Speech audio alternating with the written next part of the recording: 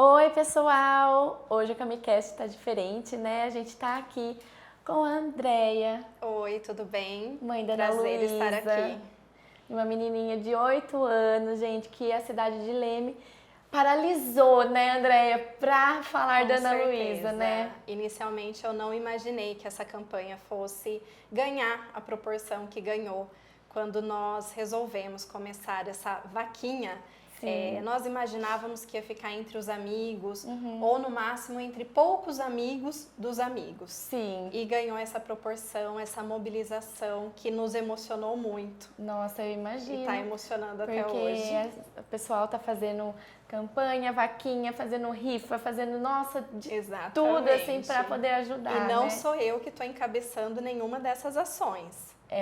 São as pessoal pessoas mesmo. que estão fazendo por iniciativa própria. Em nenhuma eu estou envolvida.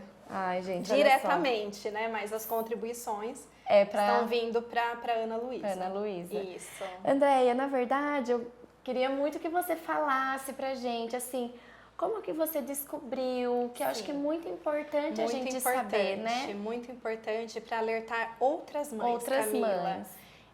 A história da Ana Luísa começa ao nascer. Ela teve uma icterícia neonatal no segundo dia de vida. Ah, tá. Icterícia é aquela doença que você fica amarelinha, né? Só que ela foi tão forte a dela que ela ficou verde. Ela não ficou amarelinha, ela ficou verde. Nossa.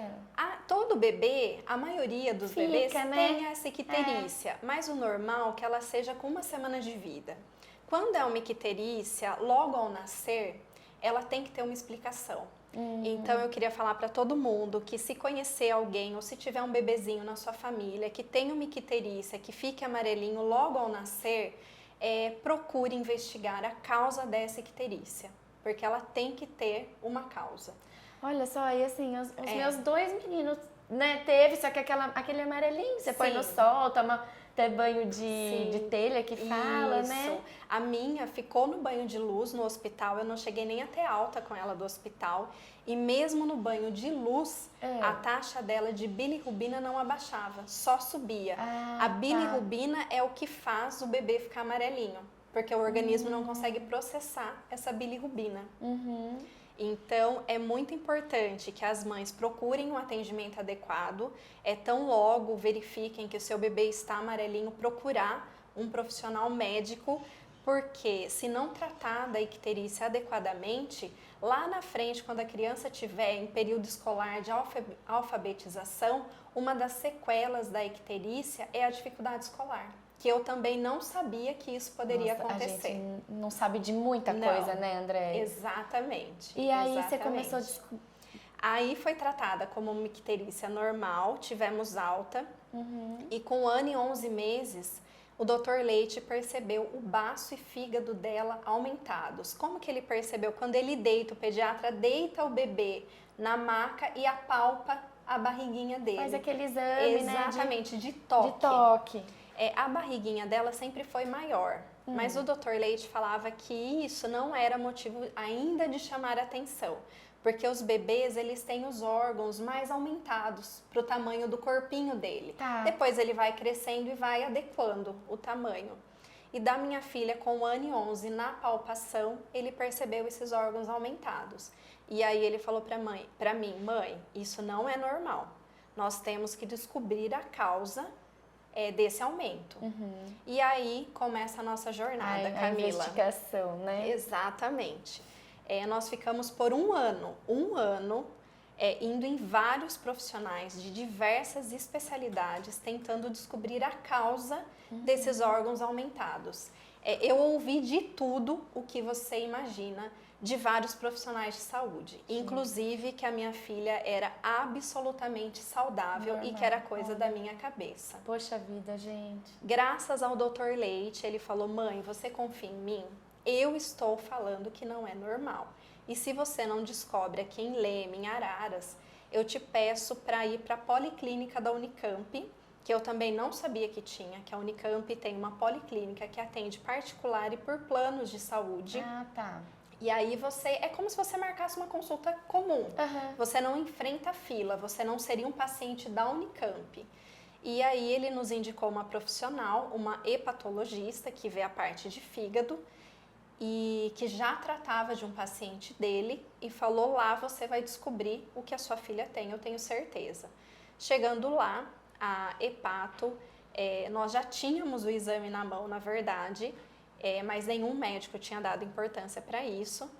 Ela diagnosticou a Ana, vem outro palavrão, com a deficiência de G6PD. Nossa, que é isso? Então, o que é a G6PD? É a glicose 6-fosfato desidrogenase, que é uma enzima que todos nós produzimos. E essa enzima, ela ajuda a proteger os nossos glóbulos vermelhos. Quem tem a deficiência, como o próprio nome diz, ou não produz de forma adequada. E aí os glóbulos vermelhos acabam morrendo mais cedo. A criança produz os glóbulos vermelhos no baço. Então, se as hemácias, os glóbulos vermelhos morrem, o baço vai fazer o quê? Opa, tá morrendo, eu tenho que produzir mais. Ele vai trabalhar mais, vai aumentar o baço e com isso ele vai sobrecarregar outros órgãos, como o fígado, coração, rim. Essa deficiência de G6PD não é uma doença, é uma condição genética, é um defeito no cromossomo X. Também Nossa, não que tem cura. Específico, né? Exatamente, não tem cura. Só que, se você respeitar uma lista de restrição, a criança tem uma vida normal e saudável. Essa lista de restrição é uma lista de medicamentos, alguns corantes, feijão de fava, que não é comum aqui na nossa região, água tônica, vinho tinto, ozonioterapia. Existe uma lista feita por um médico da Unifesp. Aqui eu levanto uma outra bandeira para uma associação que chama Mães que Cuidam de G6PD, que dá também toda a orientação para essas famílias e atua junto aos profissionais da saúde para manter essa lista sempre atualizada. E assim nós fomos aprendendo a ler rótulos com ela devido aos corantes. Nossa, você aprendeu a ser médica, você aprendeu Exatamente, tudo, né, eu fui Andréia? pesquisar tudo sobre essa deficiência de G6PD. Da Policlínica da Unicamp, nós fomos enviados para o Boldrini, encaminhados para o Boldrini, que eu também não sabia. O Boldrini é um centro oncológico, mas também hematológico. Eu achei que Então, fosse só oncológico.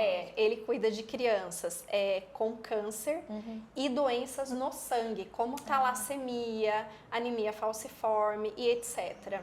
E a deficiência de G6PD, como dos glóbulos vermelhos, é de sangue, seria encaminhado para o Boldrini. Nós ficamos com a minha filha no Boldrini por 1 ano, indo a cada 15 dias, por conta dos órgãos aumentados. Embora não tenha cura, inspirava cuidado, porque eles queriam entender porque os órgãos dela estavam aumentados.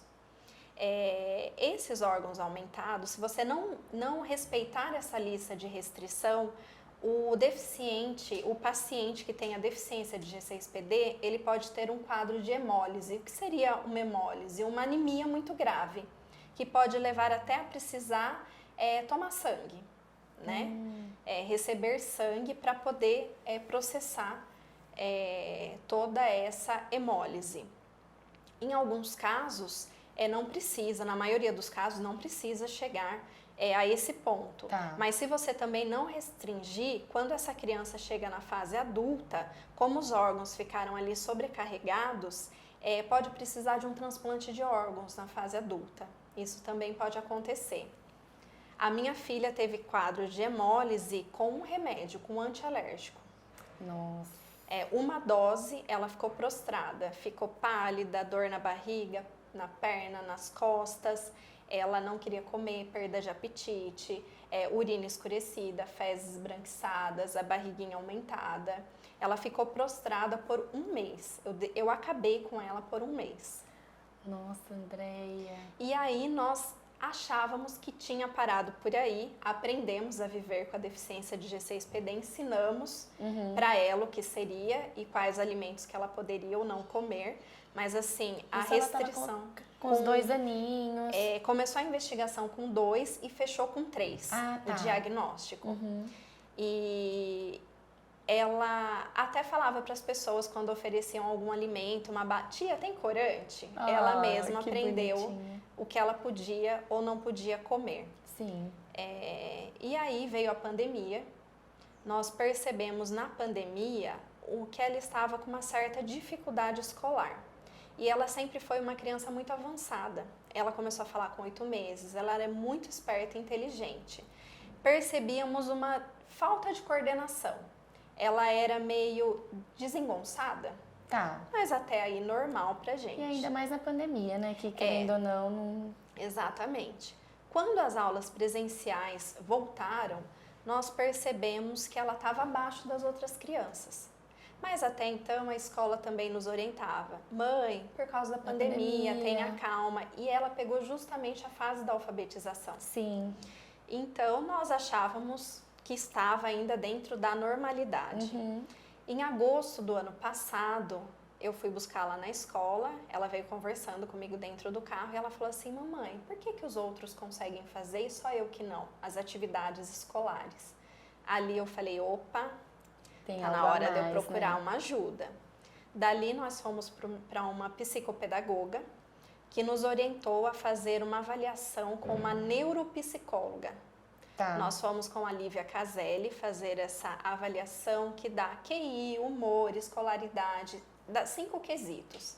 Nessa avaliação, a Lívia identificou um TDAH, que seria uma falta de atenção, e ela estava com QI limítrofe, no limite ali da deficiência intelectual. Então, a Lívia nos orientou, além da psicopedagoga Viviane Gomes, que estava acompanhando ela, a também procurar uma terapeuta ocupacional, uma fisioterapeuta e uma psicóloga, para que ela conseguisse evoluir.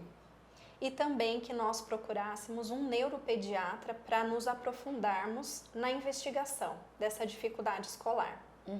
Nisso, em fevereiro, nós chegamos na doutora Caroline Pereira Borginho, ela é neuropediatra, atende em Pirassununga, no início com um relato de dificuldade escolar.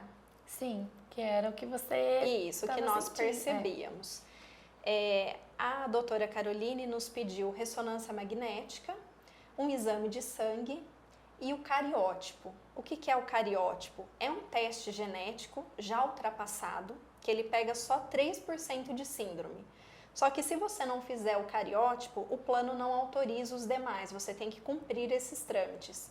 Então faz o cariótipo, provavelmente não dá nada, o plano autoriza o segundo, que pega 30% de síndrome, para você chegar num terceiro teste genético, que pega 50% das síndromes. Tá.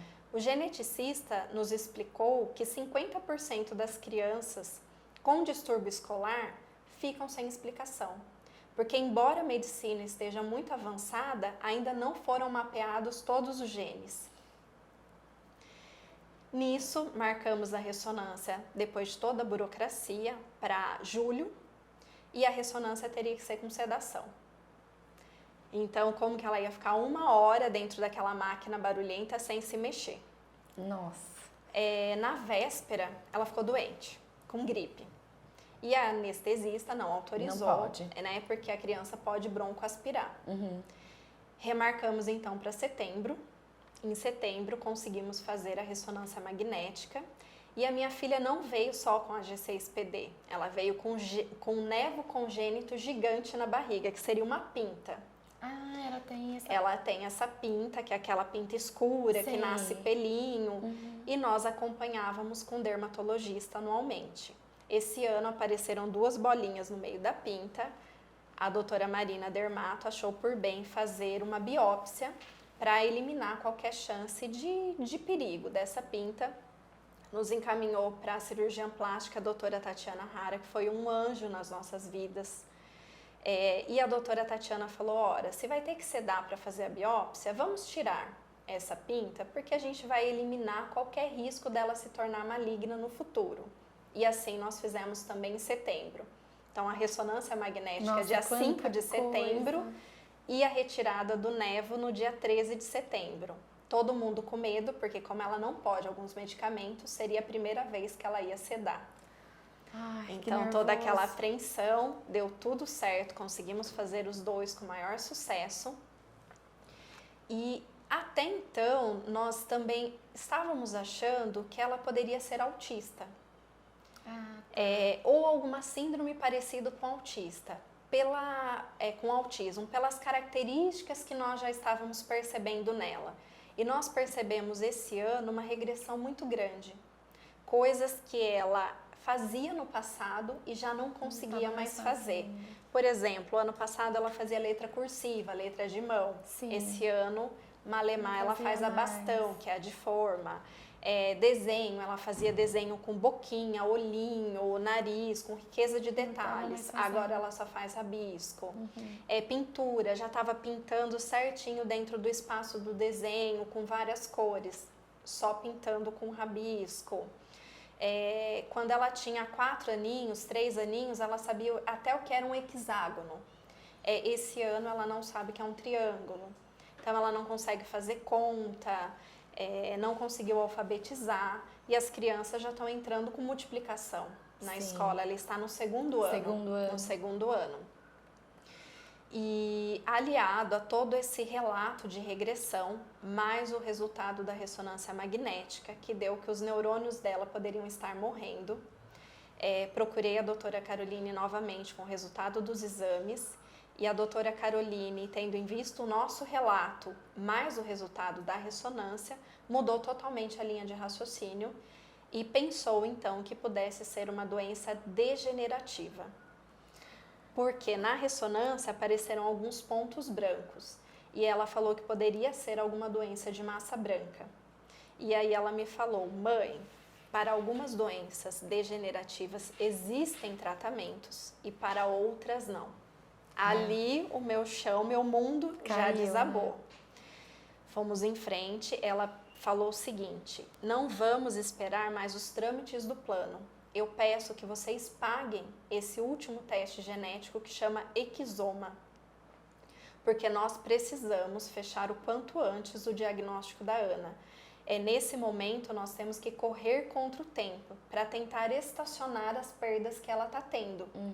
E assim fizemos. É um exame caro.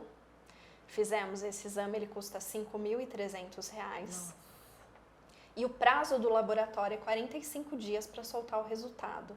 Tendo em vista a evolução clínica dela, a doutora Caroline pediu urgência ao laboratório, um laboratório de São Paulo, e em 10 dias o laboratório soltou o resultado.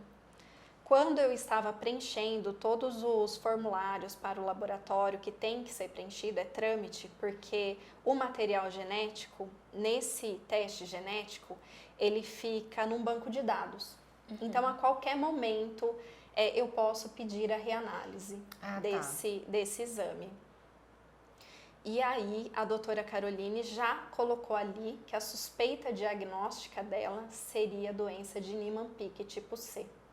Eu nunca tinha ouvido falar disso. Eu não imaginava que uma criança pudesse ter uma doença degenerativa. E aí, mais uma vez, a mãe foi pesquisar.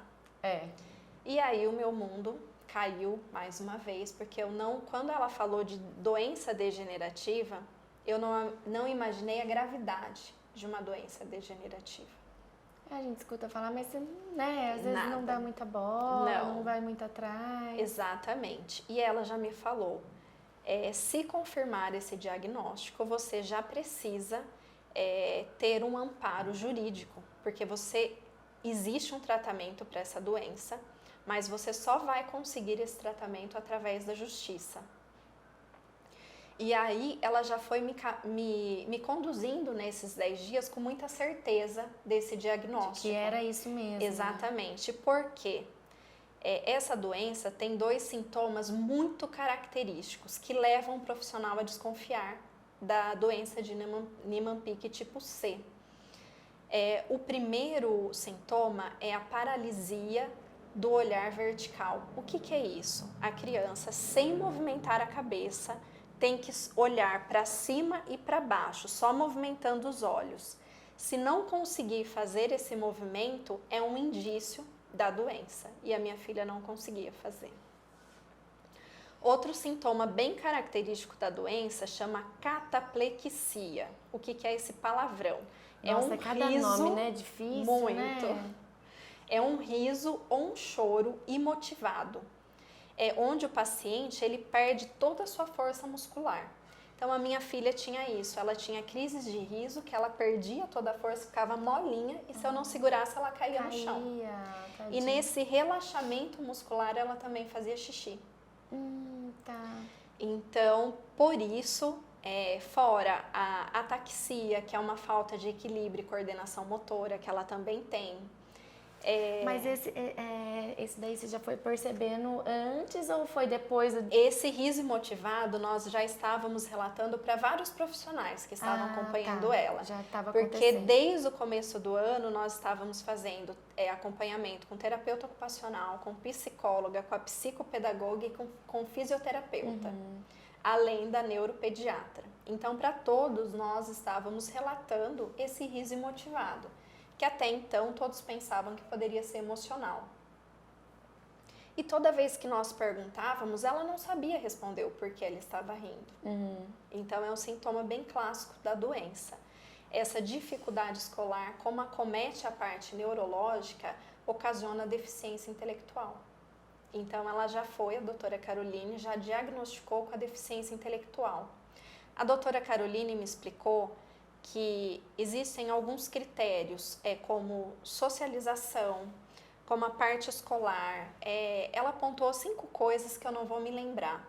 O autista, ele pode ser bom num ponto e ruim no outro, então ele oscila. Ele é ruim na socialização, mas ele pode ser bom na parte escolar. Na coordenação motora, ele pode ser bom. Na deficiência intelectual, o paciente ele é ruim em todos os quesitos. E era o caso da minha filha. Ela era ruim em tudo. Então, nós já percebíamos o riso imotivado, a dificuldade escolar. Vários sintomas. Que foi já diagnosticada deficiência intelectual. Ela já estava ali no limite da deficiência intelectual. A ataxia, a falta de coordenação motora, a falta de equilíbrio, ela tinha quedas frequentes, engasgos, ela sempre engasga com líquido ou com comida. Eu não tinha percebido também, que a doutora Caroline me explicou, da convulsão. Para mim, a convulsão era cair no chão e ter aquela crise. E não é? Não. A convulsão pode ser uma ausência. Um olhar parado, que fica ali como se fosse num mundo distante, você chama, a pessoa não responde. Ali. E volta. Em 1 minuto e volta. Poxa vida. E eu já tinha percebido um olhar parado nela, mas não sabia o quê. E depois dessa explicação, nós percebemos, um dia ela tomando café da manhã, ela desligou. Ela fez assim, fechou os olhinhos, abaixou a cabeça e não respondia. E depois de 1 minuto ela voltou. E aí a doutora Caroline falou que certamente foi uma convulsão e já entrou com remédio para convulsão. Porque isso é importantíssimo, você tem que tratar também os sintomas da doença. Esse medicamento, ele não trata a doença, ele estaciona.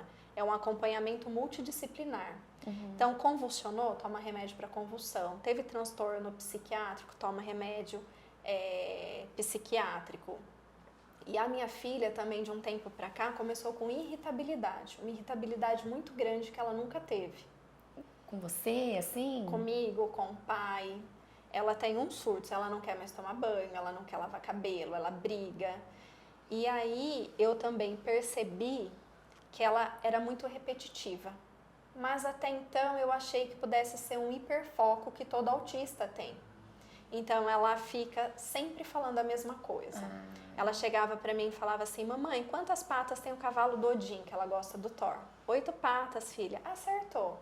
Dava 10 minutos, ela vinha: mamãe, quantas... Como se ela nunca tivesse falado aquilo para mim. Quando ela falava assim: eu não vou tomar banho. Filha, mas você tem que tomar banho. Eu já tomei. Não, você tomou ontem, hoje você ainda não tomou. Ela ficava pensando se ela tinha tomado banho ou não. E aí uma coisa que me chamou muita atenção, nós estávamos indo para minha casa, um caminho que eu sempre faço com ela. Eu virei uma rua perto da minha casa, ela falou assim: aonde você vai? Eu falei: para casa. Por que você não está reconhecendo o caminho? Ela olhou pela janela do carro, ficou olhando, virou para mim e falou: não. Ali eu já tive a certeza que era a doença de Niemann-Pick. Por causa do Alzheimer infantil. É como se fosse. Aí eu comecei a lembrar alguns episódios e eu falei, é muito parecido com uma pessoa idosa, né? Que começa a ter aquela demência, aquele esquecimento, ela tem esses comportamentos. Pela deficiência intelectual, ela também tem a imaturidade, ela não está mais conseguindo se relacionar com as crianças da idade dela. Ela consegue ainda se relacionar com as crianças mais novas do que ela. E tudo isso foi muito difícil pra gente. E quando a doutora Caroline me falou da suposta doença, eu comecei a pesquisar o preço do medicamento e vi que ele custa R$35 mil uma caixa. Apenas, né? Apenas. E falei, bom, na minha cabeça eu tinha que então procurar, embora eu seja advogada, não é a minha área, falei, eu tenho que procurar um advogado especializado na área da saúde para logo que tiver um diagnóstico, correr e dar entrada na ação, porque ela precisa do tratamento o quanto antes. E não tem no governo, é isso? Não tem. Esse medicamento, ele é disponibilizado no SUS, mas para a doença de Gaucher, porque o governo tem um comitê que chama Conitec, que analisa os medicamentos de alto custo. E o que esse comitê faz? Ele pega os estudos ao redor do mundo para comprovar a eficácia daquele medicamento. Para a doença de Gaucher, ele alega que o medicamento é eficaz. Para a doença de Niemann-Pick, ele alega que os estudos ao redor do mundo não são suficientes para comprovar a eficácia. E realmente existem poucos estudos. Por isso, ele negou o fornecimento desse medicamento via SUS. Ele é aprovado pela Anvisa, ele chama Miglustat. Ele é aprovado pela Anvisa, mas ele não é fornecido pelo SUS. Por isso, a necessidade de entrar com uma ação judicial para conseguir iniciar o tratamento da Niemann-Pick tipo C. O André, ele custa 35 mil e ele dura quanto tempo? Quando a médica passou a posologia para nós tomamos um outro susto, porque ela tem que tomar 4 comprimidos por dia. Então, nós fizemos a conta, na caixinha vem 90 comprimidos. Uma caixinha daria para 22 dias de tratamento. Nossa. Quando nós começamos a vaquinha, nós fizemos a conta que ia durar ali um mês e meio, uma caixinha. Na verdade, 1 mês e meio. Achávamos que ia tomar ali uns 2 comprimidos por dia, no máximo 3. E essa dosagem é pelo peso e altura. Então, conforme ela for crescendo, vai aumentando a dosagem do medicamento. Só que essa ação, Camila, não é uma ação tão simples. Eu tenho que estar muito bem embasada, com relatórios médicos, muito bem amarrado, porque eu corro o risco de perder. Algumas famílias não conseguiram esse medicamento. E por quê? Você corre risco Pela de baixa eficácia, porque cada paciente é um paciente. Eles alegam que se a doença tiver mais evoluída, a eficácia seria ainda mais baixa. E aí não justificaria pelo alto custo. Então, eu só tenho uma chance de entrar para conseguir essa medicação, que ela vai ter que tomar para o resto da vida. É para o resto da vida? Para o resto da vida. E uma das consequências dessa doença, como ela comete a parte neurológica, ela comete a parte sistêmica, que seriam dos órgãos. Eu vou explicar o que é essa doença que eu ainda não expliquei. Tá. O organismo do paciente, ele não consegue absorver o colesterol. Então, essa gordura gruda nas células, que chama lisossomo. Então, ela vai grudando nos órgãos, baço, fígado, pulmão e cérebro. Quando ela gruda no cérebro, que ela causa esses danos neurológicos. Então, essa medicação, Miglustat, faz com que a gordura não grude mais nas células e, por isso, ela estaciona a doença. Mas já existem estudos que ela é sim eficaz e que ela consegue não só estabilizar a doença, como em alguns casos até reverter alguns sintomas.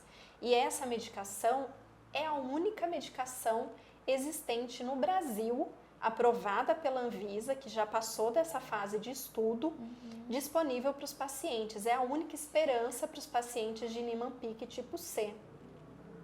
Aliado a isso, como eu já falei, você vai tratar os outros sintomas que aparecem. Existem estudos que dizem que leva-se de 8 a 10 anos para fechar um diagnóstico dessa doença, que foi o caso da minha filha. Demorou 8 anos para a gente fechar o diagnóstico dela. E ela pode aparecer em qualquer fase da vida.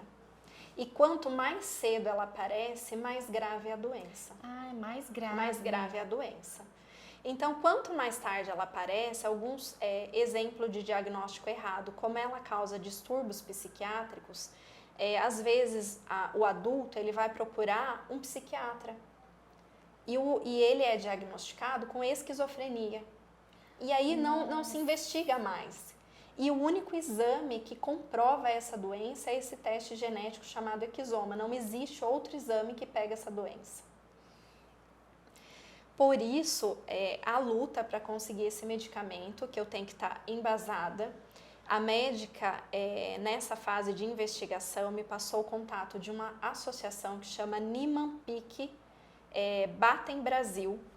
É uma associação dessa doença. Eles dão todo o suporte psicológico, emocional e jurídico para as famílias.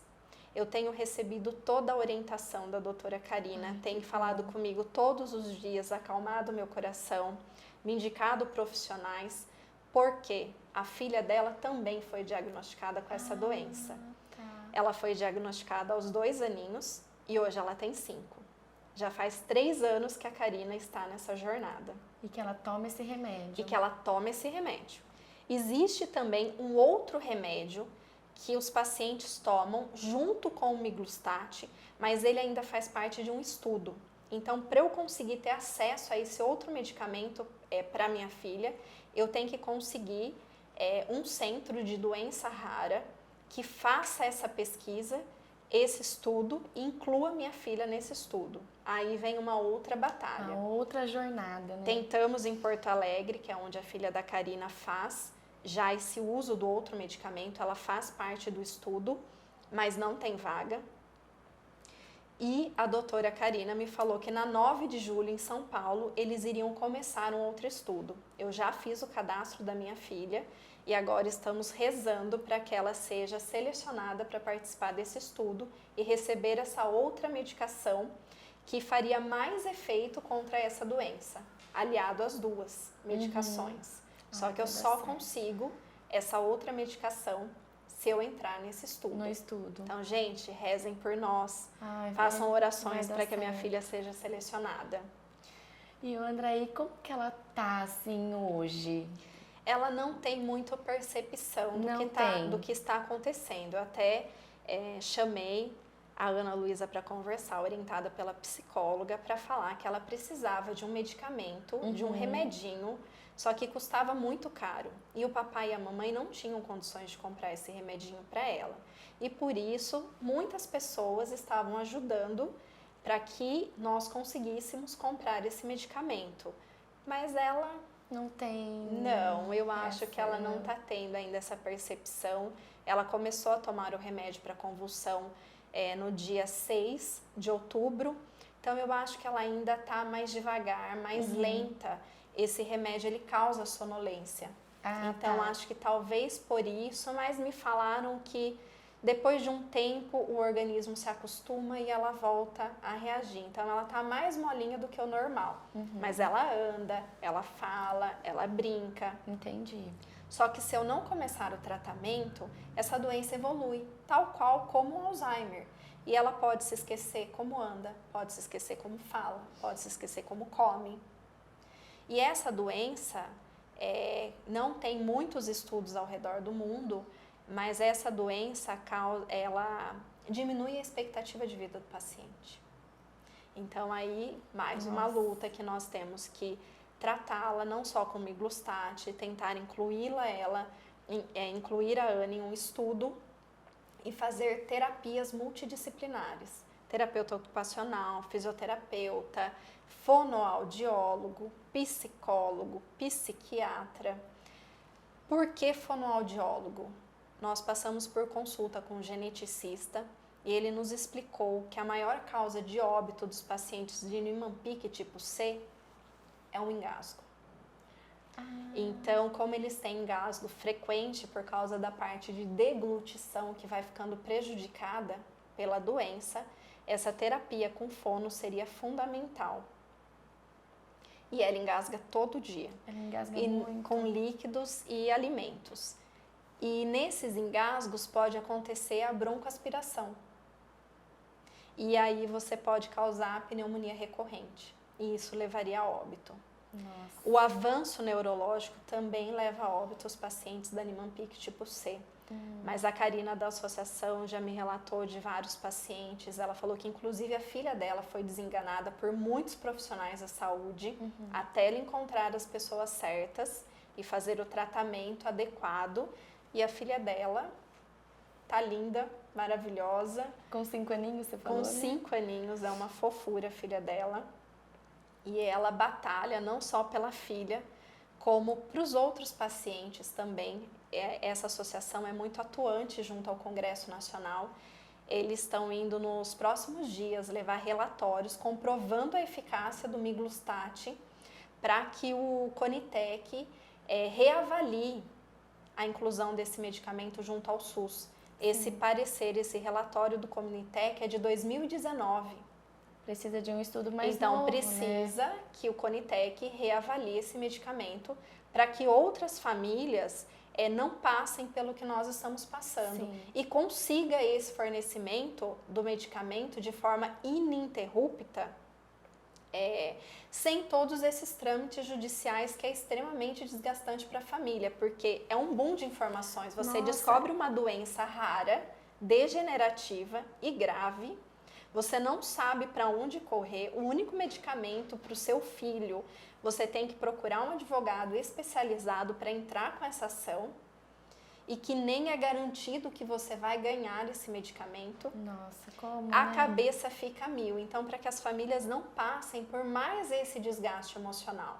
E eu tô junto com a associação nessa luta para incluir esse medicamento junto ao SUS. Eu espero que a visibilidade da campanha da minha filha ajude não somente a minha filha, mas outros pacientes com doenças raras. Porque o Brasil tem que estar voltado para isso. Precisa de informação. Então, eu levanto mais essa bandeira. Sim. Esse medicamento também, Camila, a partir do momento que eu começar esse tratamento, eu não posso parar. É isso que eu ia perguntar. E quantas caixas vocês já conseguiram? Minha prima, que trabalha no Banco do Brasil, ela está verificando toda essa parte para mim, porque eu não tenho estrutura emocional para lidar com isso. Quando iniciou essa ideia da vaquinha, eu já pedi, para ela abrir uma conta separada, totalmente desvinculada da minha conta pessoal. Sim. Porque eu trabalho, meu marido trabalha, nós temos condições de prover nosso próprio sustento e da nossa filha. Na verdade, você não está nem trabalhando, né? Eu imagino, Esses dias eu tô de férias. Nossa! Eu imagino. Porque agradeço às Orzo Projetos por todo empenho de estar aí ao meu lado, por toda ajuda que eles estão me dando nesse sentido. Sempre me deram esse suporte, continuam me dando. Ai, que bom. Para que eu possa focar nesses dias, porque são médicos, exames, a parte judicial para viabilizar o medicamento. Nós já conseguimos comprar a primeira caixinha. Já chegou em casa essa semana. Mas como ela ficou doentinha esse final de semana com diarreia e vômito, o médico nos orientou a esperar até a semana que vem para iniciar o tratamento. Ah, tá. Porque esse medicamento dá efeitos colaterais. Tem isso também. Os efeitos colaterais percebidos em praticamente todos os pacientes são diarreia, dor abdominal e queda de plaqueta. Para isso, para iniciar o tratamento, nós temos que fazer acompanhamento com uma nutricionista. E eu quero falar para todos que não pode ser qualquer profissional, porque como é uma doença rara, eu não posso ir até um profissional que eu tenha que explicar a doença. Eu tenho que chegar num profissional que já saiba o que a minha filha tem. Então, tem poucos profissionais especializados que estão acostumados a lidar com paciente portadores de Niemann-Pick tipo C. A Karina, uma fofa, mais uma vez me deu suporte, me indicou uma nutricionista de um centro de doenças raras de Porto Alegre. Nós já fizemos consulta com ela. Ela já está nos dando todo o suporte, porque a minha filha vai ter que fazer mais uma dieta para controlar esses efeitos colaterais. E uma preocupação que nós temos, esses comprimidos são cápsula. E como a Nimampic tem essa dificuldade de deglutição, de engolir, fica mais ainda não sei como nós vamos fazer ela engolir os comprimidinhos, que são 4 por dia. Oh, meu Deus, não. Vai ser mais uma coisa pra gente se preocupar, que já estamos sendo orientados pela nutricionista de Porto Alegre, doutora Lília. É muita informação, são muitas coisas, todo mundo foi pego de surpresa, nós, pelo diagnóstico, ao mesmo tempo que eu queria fechar no diagnóstico da minha filha, eu tinha muito medo disso se confirmar. Foi um misto de emoções esses 10 dias que se antecederam ao resultado do exame. E muita gente ainda não está entendendo o que está acontecendo, o que realmente é essa doença. Nós resolvemos fazer essa vaquinha, inicialmente nós colocamos 200 mil porque nós achávamos que a caixinha ia durar mais tempo. Mas aí fazendo as contas, né? A gente teve que aumentar e fora todos esses custos de terapia. Sim. Porque tudo eu tenho que pagar. Então eu estou pagando a neurologista, eu estou pagando o geneticista, eu estou pagando a nutricionista e provavelmente eu vou pagar também as terapias. Porque o médico me explicou que as terapias nela não podem ser feitas de qualquer jeito.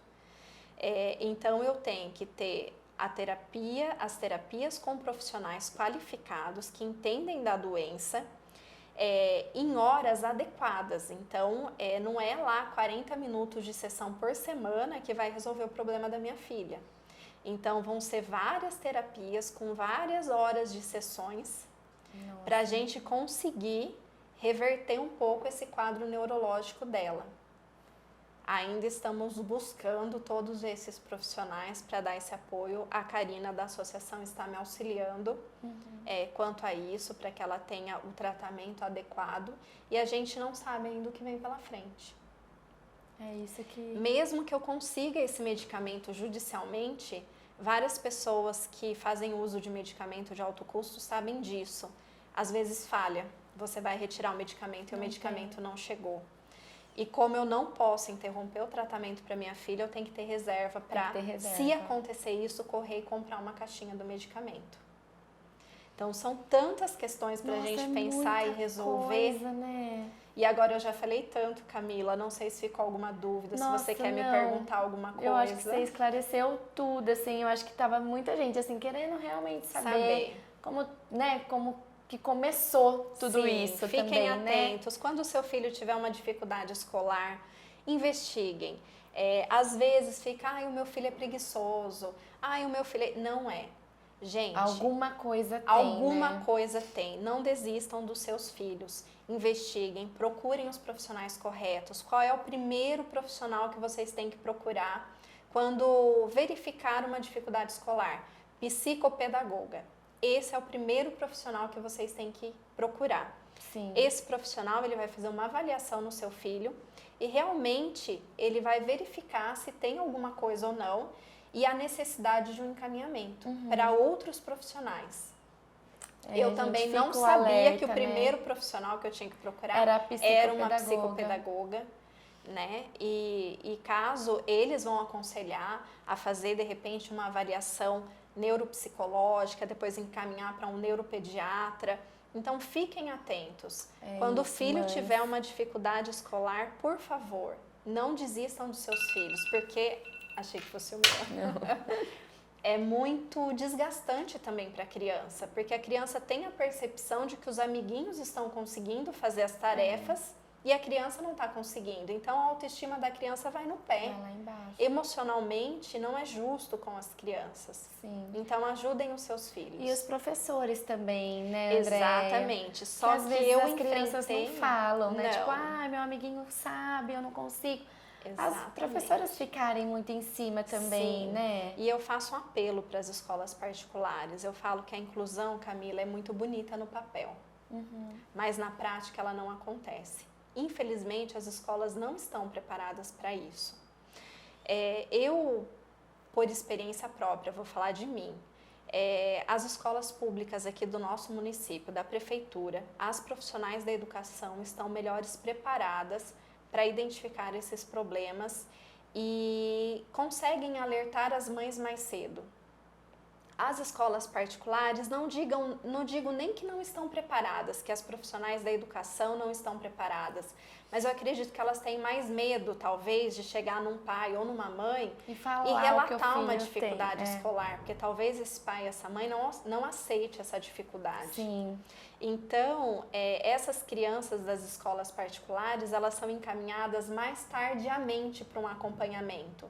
E quanto mais cedo o seu filho for encaminhado, mais chance de sucesso no tratamento do seu filho. Mais rápido ele vai progredir. Sim. E chegar junto com as outras crianças. Nosso município aqui dá um amparo muito grande com as terapias. Né? Ali na Secretaria da Educação, a minha filha chegou a frequentar algumas terapias. Ah, tá. Então, briguem pelos seus filhos. É isso, gente. Olha, Andréia, o que eu tenho para falar para você é muita força. Obrigada, Camila. Obrigada. Já chorei muito. Tem que ter muita força para aguentar o processo, né? Pra conseguir. Eu acho que como um luto, Camila, eu passei pela fase do choro, da revolta. Sim, não tem como, eu briguei com Deus.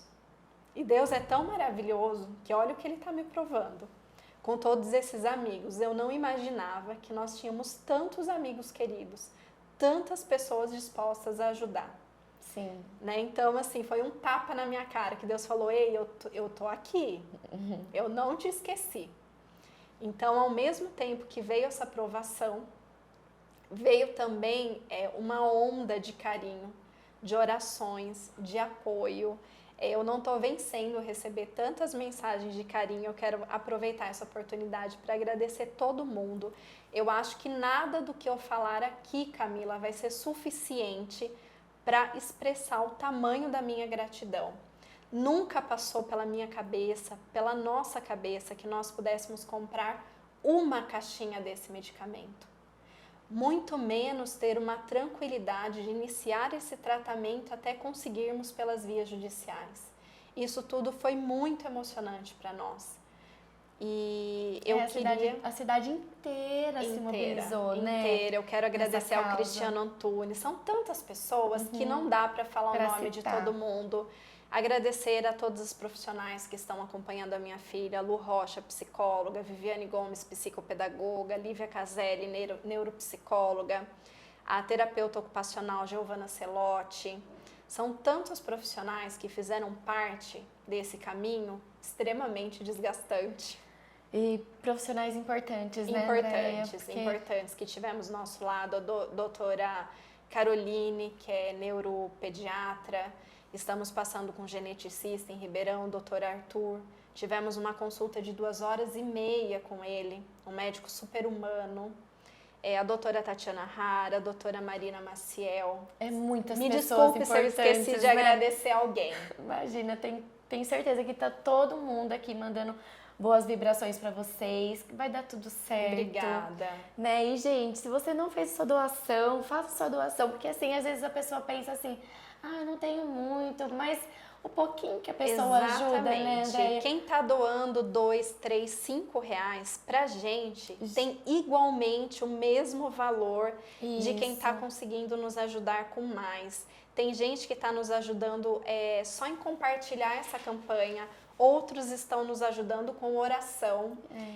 Outros, olha, eu faço bolo, faço salgado, eu quero doar para o bingo, para uma rifa. Isso. Então, assim, tudo é tão emocionante e todas as doações são igualmente importantes. Muito bem-vindas, né? E eu quero convidar todo mundo a participar hoje da caminhada que o Cristiano Antunes organizou. O Clube de Campo Empírio vai sair hoje às 6h30 ali da Praça do Maria Joaquina. Que legal. Ele está convocando todo mundo com camiseta branca para se identificar. E eu acho importante para a gente levar essa bandeira das doenças raras, para que o Brasil esteja voltado para essa causa. Porque hoje eu estou passando por isso. Sim. Mas amanhã a gente não pode sabe. Ser alguém da sua família. Com certeza. Né? Então nós temos que brigar por esse acesso, para que os grandes centros deem um suporte para essas famílias, para que estudos sejam feitos para descobrir a cura. É importante falar, Camila, que no mundo hoje só tem 2 estudos pela cura dessa doença Niemann-Pick. No mundo, somente 2. Né? Como isso? Somente 2. E as associações de doenças raras, como a Niemann-Pick e Batten Brasil, são tão importantes porque a Karina me explicou e eu não sabia. Quando as pesquisas estão ali no início, na fase do laboratório, ali dos ratinhos ainda, as grandes farmacêuticas não financiam esses estudos. Nossa. Então, esses estudos angariam fundos através das associações espalhadas pelo mundo, que é quem arrecada dinheiro para financiar esses estudos, para que eles cheguem na fase que sejam bancados, então, pelas grandes farmacêuticas, pelos grandes laboratórios. Então, é uma causa muito justa. Essas associações são fundamentais para a família e para a causa no geral. A associação acaba ajudando a doença, os pacientes ao redor do mundo. Então, isso é muito importante. Então, gente, a gente faz a nossa parte, quer compartilhar, ajudar, né? Amigos da Ana Luísa, gmail.com. Eu tô esquecendo a gente o e-mail deixa dela. escrito aqui. amigosdanaluisa@gmail.com, Isso, né? Ana Luísa com S. Uma preocupação Isso. que eu tenho muito grande, porque tem pessoas mal intencionadas. Sempre tem. De repente tentar mudar, colocar Ana Luísa com Z, ou em vez de colocar amigos, tirar o S. Então fiquem atentos. Só tem uma chave Pix. Nós não vamos fazer outra chave Pix. Isso é de extrema importância, extrema né? Porque importância. hoje em dia Cuidado. Tem que tomar cuidado. E é isso, eu gostei muito de obrigada. você aqui, viu? Obrigada, e, assim, Camila. Muita força, porque Obrigada. nós que somos mães, né? A gente tem que dar força para eles, né? Exatamente. Tenho recebido muitas mensagens que a dor de uma mãe é a dor de todas as mães. É isso. Muitas mensagens emocionantes que me fizeram chorar. Ontem, quando chegou a primeira caixinha do medicamento dela, nós choramos de emoção, porque nós não imaginávamos que pudéssemos adquirir uma caixinha desse medicamento. É graças ao apoio de todos vocês que nós vamos conseguir iniciar o tratamento da nossa filha com uma margem de segurança, até consegui-lo pelas vias judiciais. E vai Agradeço a todos. Obrigada pelo espaço, Camila. Não tenho palavras para agradecer. E um dia você vai voltar aqui e vai ter, né, passado por tudo isso. Se Deus quiser. E a Ana Luísa vai estar super bem. Se Deus quiser. Obrigada. Muito viu? obrigada. Imagina. Um grande beijo para todos vocês. Tchau, gente. Tchau.